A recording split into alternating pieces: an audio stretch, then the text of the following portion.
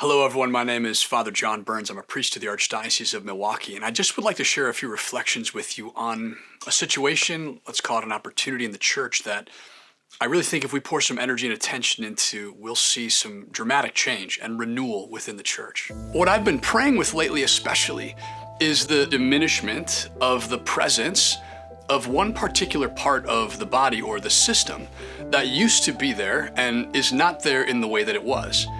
And that part, or that presence, is that of the religious woman. I want to tell a story from nature and then show how it applies to the church supernaturally. And the story is about the wolves in Yellowstone. You may know some of that story. It's back in the early 1900s that people around the park decided to get rid of the wolves in Yellowstone, and by the mid-20s, there were no wolves left in the park. In the absence of the wolves, the park shifted around the loss of what's called an apex predator, someone at the sort of top of the food chain. And as the park shifted, the behavior of the animals and thus also the topographical reality of the park and the plants and the trees adjusted, principally because of the elk. The elk no longer had their main predator, and so they're able to graze wherever they wished, and they took over the floodplains along the river. And as they did that, they grazed the plains to the ground. And for decades, this was just the reality of Yellowstone National Park, until in the mid-1990s, there was a group of conservationists who decided, maybe something is missing that's always been here, and it's the wolves. And there was a lot of opposition, a lot of back and forth legislative battles, but eventually the wolves were reintroduced into Yellowstone National Park. And as they were, everything adjusted around their return. It's a crazy thing to ponder. What happened was they began to hunt the elk out on these floodplains, which very quickly changed the behavior of the elk. They moved into the uplands or out into the forests and away from the rivers. And so the floodplains that had been grazed for decades to the ground began to regenerate, and wildflowers sprung up, which brought back new populations of songbirds and rodents, which also brought back more foxes and coyotes. But additionally, beyond just the flowers, what sprung up were these aspens and these willows, which had been grazed to the ground because the wood is very soft. And as these trees sprang up, new forests along the rivers developed. And as the trees grew, they developed deep root systems that fortified riverbanks that were previously very susceptible to erosion each season as the rivers would crest. So in that, the riverbeds became fortified. And as this happened, and trees were growing along the banks, the beaver population, which was almost completely down to zero, began to come back as well. They found food and resources right along the riverbanks with which to build new beaver dams. And so the combination of the beaver dams and the fortified riverbanks actually adjusted some of the subaquatic ecosystems and, many argue, the flow and course of the rivers.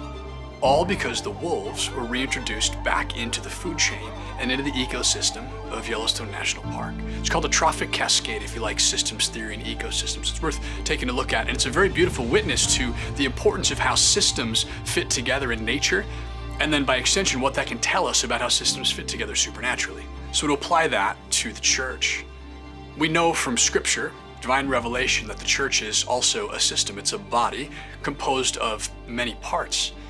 And what I've been praying with lately is just noticing in the world and the way that we struggle with so much in the church, not just because of the culture, but this certain sense that something's missing, we're not well. And we keep trying different programs and initiatives and efforts to renew, and so many of these things have worked really beautifully and well. But I think there's one area that we're not looking at that has caused a tremendous shifting that looks a little bit like that shifting in Yellowstone National Park. And the area that I want to point to is the presence of the consecrated religious woman. That since the beginning of the church, there have been women who gave their entire lives to Jesus. And since the beginning of the church in America, there have been sisters. And sisters traditionally ran our schools, helped establish and administrate our hospitals, and in many of our parishes undertook the catechetical work and the support work that complemented the work of the priests. They just were a part of the system, if you will, of the church. And in the 80s and 90s, we saw a steep decline in vocations to consecrated religious life, of women in particular. What I don't think we've ever really accounted for is how we were impacted by the change, or by the fact that many of these communities had to withdraw from their active engagement in these apostolates in our schools, in our healthcare systems, and in our parishes. As the sisters withdrew, we needed to make an adjustment. And the adjustment was pretty simple. We just began to hire lay staffs to replace the religious staffs. And that's a good idea that coheres with the principles of Vatican II, and it's worked in many ways. But what we haven't really accounted for is how that changed the structure of the church and even the operations of the church, first financially and pragmatically. To bring on a lay staff is a very different effect on just the budgets and the way we do our stewardship. Previously, the religious were supported by their communities by and large, and some support from the parish, but they weren't often hired and sustained by the parish itself. Whereas a lay person, when they take a job in the parish, of course, we have to pay them a full salary, as well as benefits if they need them, which is a different bottom line item. And in many of our budgets today, if we have schools in our parishes, a significant bulk of the budget is personnel. A bulk or a number that didn't used to be there. And of course that shifted the way we need to do our stewardship and be concerned for enrollment and numbers and membership, all because each of these things drives the income that allows us to be able to pay our staffs. And so granted, that's just like kind of one metric, right? Structurally, we've had to adjust the way we think about apostolates in schools when the sisters kind of left behind some of the things they were doing so beautifully for the church and for the parish. But in addition to these changes, I just want to really name the fact that there's something much deeper, like the pragmatic and the financial, institutional, structural things. We could talk about those all day, and there's some interesting things there. But the bigger change, the bigger absence, the bigger shift, I argue, is a metaphysical one, or one felt at the level of ontology. Precisely because the church is right when the church says that religious life is a more perfect cleaving to Christ. It's a taking of the evangelical counsels by vow to live for heaven. And so it witnesses eloquently to the whole church and the whole world who Jesus is and what it is to live for Jesus. We're all called to live the counsels. We're all called to live holiness. We're all called to witness to Jesus. The consecrated religious, and specifically the consecrated religious woman, has a particular witness that the whole church needs. Let me explain.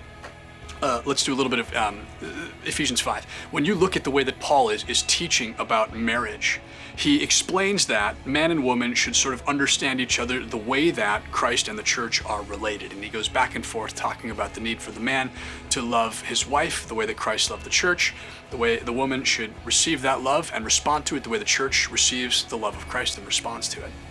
And when he's going back and forth trying to explain this, he kind of eventually sort of gives up. He says, in the end, what I'm talking about is a great mystery, and I mean it in reference to Christ and the church. That right there is actually a very beautiful indicator of how we should understand marriage. That we have to recognize that marriage, human marriage, sacramentally blessed in particular, is an icon into something ultimate. And the ultimate is the marriage of Christ and the church. We see that in the book of Revelation. We actually know by revelation that there's really only one marriage that lasts into eternity. When Jesus is asked in Matthew's gospel about marriage and this woman who's lost all these husbands and who's she going to be married to when they get to heaven, he says, well, in heaven, they'll be like the angels. They won't be giving in marriage and taking in marriage. They won't be marrying. They'll be like the angels. The earthly institution, as it were, sacramentally structured, is to bring us to heaven. But as we enter into heaven, we enter into the final union, which is that of Christ and the church, the ultimate, if you will, dyad, the divine bridegroom and the divine bride, which together represents the apex and the fullness of all creation. Now, that's all basic ecclesiology. But to look at the system, I want to point out the value of the eschatological sign that is the celibate. The man or woman called to celibacy foregoes the draw of the natural inclinations to natural marriage, to the rearing of offspring, and all these beautiful things that are related to marriage. We pass over that to respond directly to and to participate directly in what's happening in heaven. And now the priest is an easier place to trace this out, because we see priests a lot and we understand what's going on there theologically. The priest is called to be, some say, an alter Christus, another Christ. He stands in persona Christi, in the person of Christ, and speaks for Christ and extends Christ's saving works by instrumentally and sacramentally making Christ present again, by celebrating the sacraments, by preaching, by teaching. The priest, though, being an alter Christus, is called to sort of be a face for Christ to the church. That when we look at our priests, we should see something of Christ there. And that should inspire us to understand he who laid down his life for us as church. And that should give us an insight into the goodness of God who loves us deeply. Now, of course, priests are imperfect, and we do this with flaw in many, many ways. But that's the high calling. The priest is meant to witness to the ultimate reality of being espoused to the church forever, and to show something of what Christ is like here on earth as he's attempting to perfect that bond over and over again in every age. The conundrum, if you will, or the dilemma is that the priest can only offer, as it were, half of that ultimate dyadic witness. The priest witnesses conformed to Christ as a man, participating in and configured to the heart of Jesus Christ, divine bridegroom. We can theologize and teach about and speak about the other half of that ultimate story. And we witness to it by our baptism, of course. But by consecration, ordination, we witness to the ultimate dyad, to the final union of Christ and the church, only partially. The other half of that story, if you will, is testified to by the woman, because the church is the bride. And there is an ultimate way here in time of being conformed to the woman, the church, the bride, that is meant to bring down complementarily but distinctly the ultimate reality so the whole world can understand. And that's the consecrated religious woman. She does, in complement to the priest, the same thing of witnessing to ultimacy, but only here and now in a personalized fashion that's meant to awaken all of us to an awareness of who we are and where we're going. See, it all's supposed to fit together. Marriage needs to try and figure out what it's like to live this ultimate union, which is a great mystery. And so marriage looks to the priest to be like, well, how does a man supernaturally conformed to Christ serve the church, his bride? And that ought to inform the way the man thinks something about how he could and should serve his bride. And the bride can look to the man and be like, well, how does that love poured out for the church show me something about my husband's love and how my husband's love is supposed to be like Christ's? And how could I receive that as the bride and respond to it?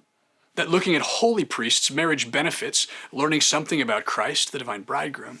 But they also need to be able to look at holy religious women to understand the other half of this ultimate story that they're trying to be an icon for here and now. From the priest's perspective, we need to be able to look at holy marriages to understand what we're called to ultimately and what we're supposed to be testifying to sacramentally. But we also need to be able to look at holy religious women because they show us something about who we are. They awaken something in the priest's heart that's different than holy marriage awakens. Because we, as priests, are conformed to Christ's divine bridegroom, trying to lay it on our lives for the bride, the church, that she would live. Well, that's a great mystery. I look at the parish and I don't really know how to understand my nuptial relation to this group of people of all ages, shapes, and forms. It's a mystery. But when I see the religious woman, I start to understand it a little bit.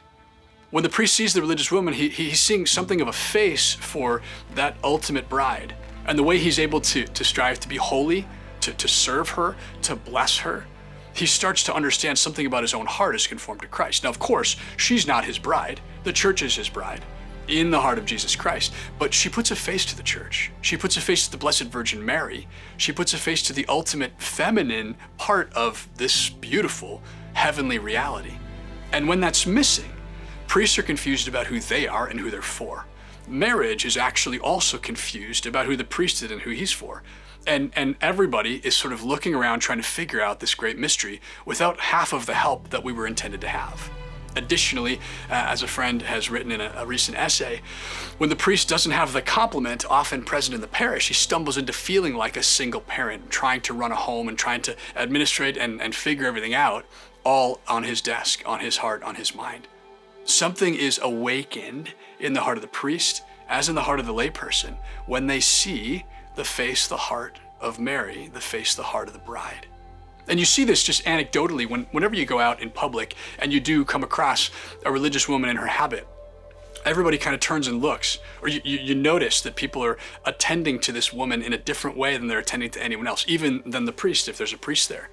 If you go out in public places, conferences, or events where religious are often present, you'll see crowds gathering of men and women around the sisters. They want to be around them, want to talk to them. Because, I argue, the presence of the religious woman is awakening in all the hearts that she encounters a deep awareness of our own identity as members of the church and a deep sense of where we're supposed to go, how the church is supposed to be perfected in spousal love of Jesus Christ. The religious woman awakens and reminds the whole church, every believer, of who they are and where they're going. And so to carry the images together, when you take out something so essential as religious life, or when the visible, dynamic, and apostolic presence no longer has the role that it used to, the whole system has to adjust, which we did. And in the adjustment, we just sort of forgot that things used to be different. Like the park, if you will, kind of forgot how it used to be. The restoration, the renewal, the replenishment, the flourishing of women's religious life actually would rebalance the whole thing, restore the eschatological witness to the ultimate dyad, refresh marriage, renew the priesthood, and would be a blessing upon those women called. It's a type of restoration that isn't really programmatic, is institutionally ordered actually by theology rather than strategy. But I think at this point in the game, we all have to admit that like something is wrong, and we know something's wrong, but we don't quite know how to name it. And there are lots of things wrong and lots of things we do need to focus on. But this one requires a certain attention, precisely because the passage of time has caused an adjustment in the church as to how we do things. And sometimes I fear we've forgotten that we need to be attentive to the reality that Christ is still calling.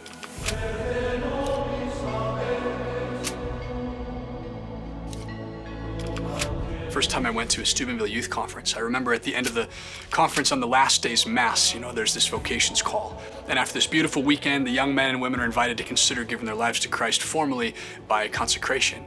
And then the priest invites up any women and any men who are open to the possibility of a celibate vocation to receive a blessing from the bishop. At this particular conference, a beautiful response from the men, but then the women were called forward. And the stunning response kind of floored everybody, priests and organizers alike. It was 1/3 of the girls in attendance who came forward, that was some 300 women, to say, I'm open to the possibility of a religious vocation in front of my friends, in front of the guys, in front of my teachers and my parents. It was a crazy, beautiful witness.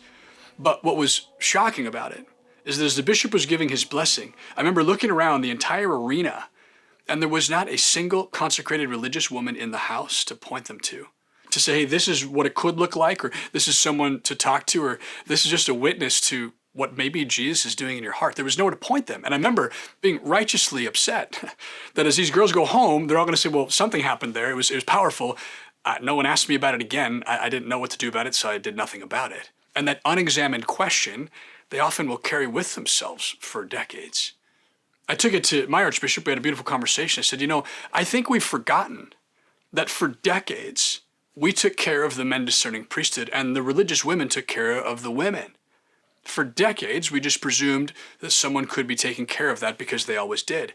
But as the sisters, in declining numbers, had to withdraw from many of these apostolates of presence, they no longer were able to take care of the young women who would be discerning the same way that we'd been taking care of the men.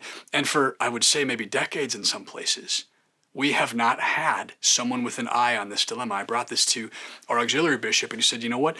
We should have been talking about this at least a decade ago. We fell asleep at the wheel here.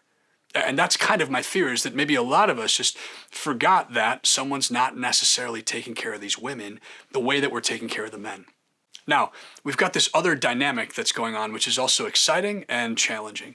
When you talk to these religious communities of women that are flourishing, and there are a good number of them around the country, plenty of young women entering these communities, but they have a real problem, and that's a problem of demand.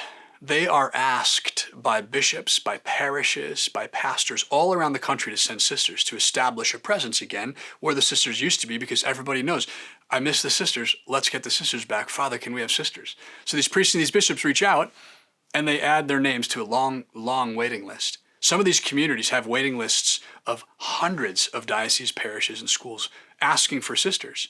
And the superiors just say, I can't send, I don't have sisters to send.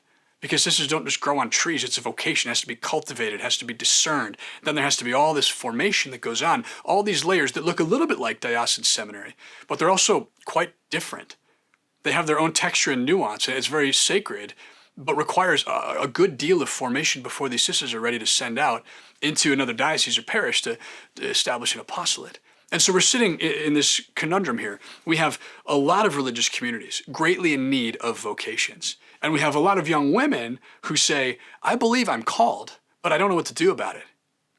In between these two is where the whole church sits.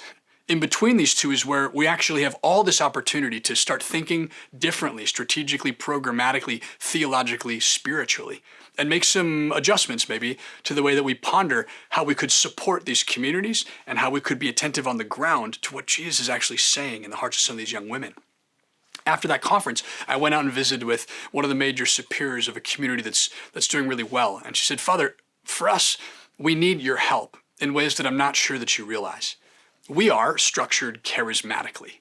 Like we're present wherever the charism is, and that's our apostolate and our apostolic presence. We can do our work in those places, and we can cultivate vocations there and receive the women we encounter. But we're only present where the charism is present. You, diocesan priests, are structured geographically.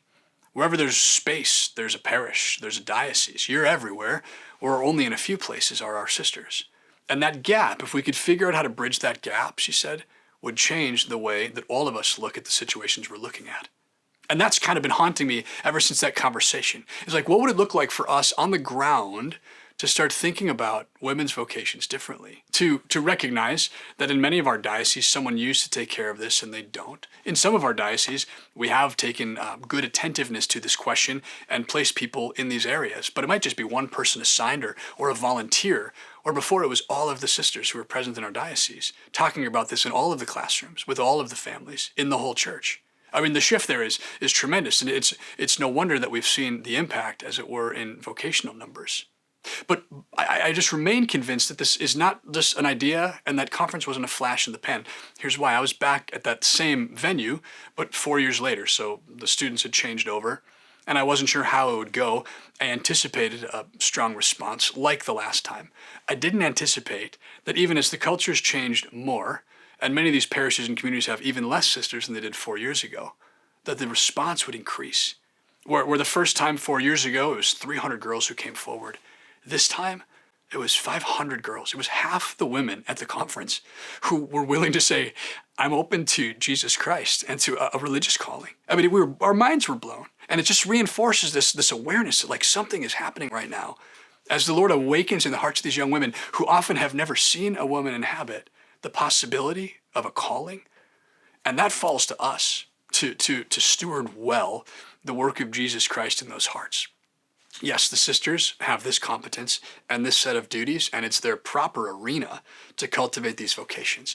But how much we could be doing on the ground in our diocese to come alongside those communities and to assist them. It doesn't really require a whole shift of establishing a new office or launching a new initiative. But I would say if we're having synods, if we're having strategic conversations, if we're planning out for the future, we ought to be pondering this question. Like, what are we doing for the women? The way we're doing all these great things for the men. And on the ground, very practically, in many places, when a young woman does have this experience of a possible call stirring in her heart, what does she do? She might go online and look at a few websites for the communities that she's heard of or seen. But then she usually calls the vocations office because she thinks she has received a vocational calling. Well, the vocations office should deal with this calling with me. But as we know, in our vocations offices, most of us are assigned really just to work for the men and for priestly vocations because that's our competence, that's our duty. And so it can be a very discouraging answer for a young woman to hear like, hey, it's cool what's happening.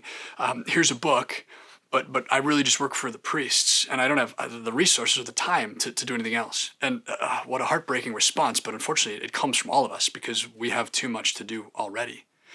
But what if we could just rethink that? What if every time we get that call or see that young woman or carry those set of questions, what if we could think about stewarding that vocation possibility? And walking with that toward these communities? What if we would see our role in the diocese, one of the many roles that we serve, as being a bridge to these religious communities who are full of life and who are just waiting for more women so that the Lord can have them formed and sent out? What if we're actually that middle term? And it probably wouldn't require a huge shift. You know, in some dioceses, there have been assignments shifted around this conundrum and this question. But if we all could think about it on the ground level, and bring this into our conversations and our planning and our discussions, and even in the vocations offices in particular, if we could put in a few hours a month maybe, just inviting parishes to have the language and the resources to encourage these things among the young women as they are among the young men. And if we, as vocation directors and vocations teams, could be thinking about how to receive those calls, how to invite those calls forth, how to nurture them and accompany them toward the next steps in discernment, if we could have those sets of questions and realities in mind, I'm convinced that we would be able to move toward a restoration of things as they ought to be. I simply refuse to believe that just as we hit, the 21st century, all of a sudden we're just not supposed to have religious women in the church, even though we've had them back to the beginning. I think we've just missed a couple of things that happened. And as we look back on them, we can say, okay, we maybe didn't handle that perfectly well. We may have misjudged a few things. We maybe just took our eyes off of one situation or two that we should have been paying attention to. But let's turn the wheel on that thing and let's get back to what we could be doing. It's not actually a lot of work. It's just a different mindset. It's not a new pragmatic mindset. It's a new theological mindset. And it's the acknowledgement, humbly, for all of us, that we're missing something. We're missing something that's supposed to be there. And it's not functional.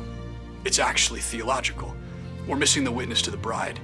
And she personifies and shows all of us with a face, with a heart, with a life, with an apostolate. She shows us who we are. And we're forgetting who we are.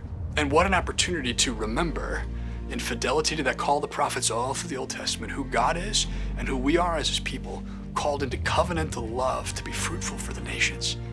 The opportunity before us is actually really exciting. It's simple, it's small, and it just begins by this sort of conversation, being willing to look at things differently, think about them differently, and pray about them differently.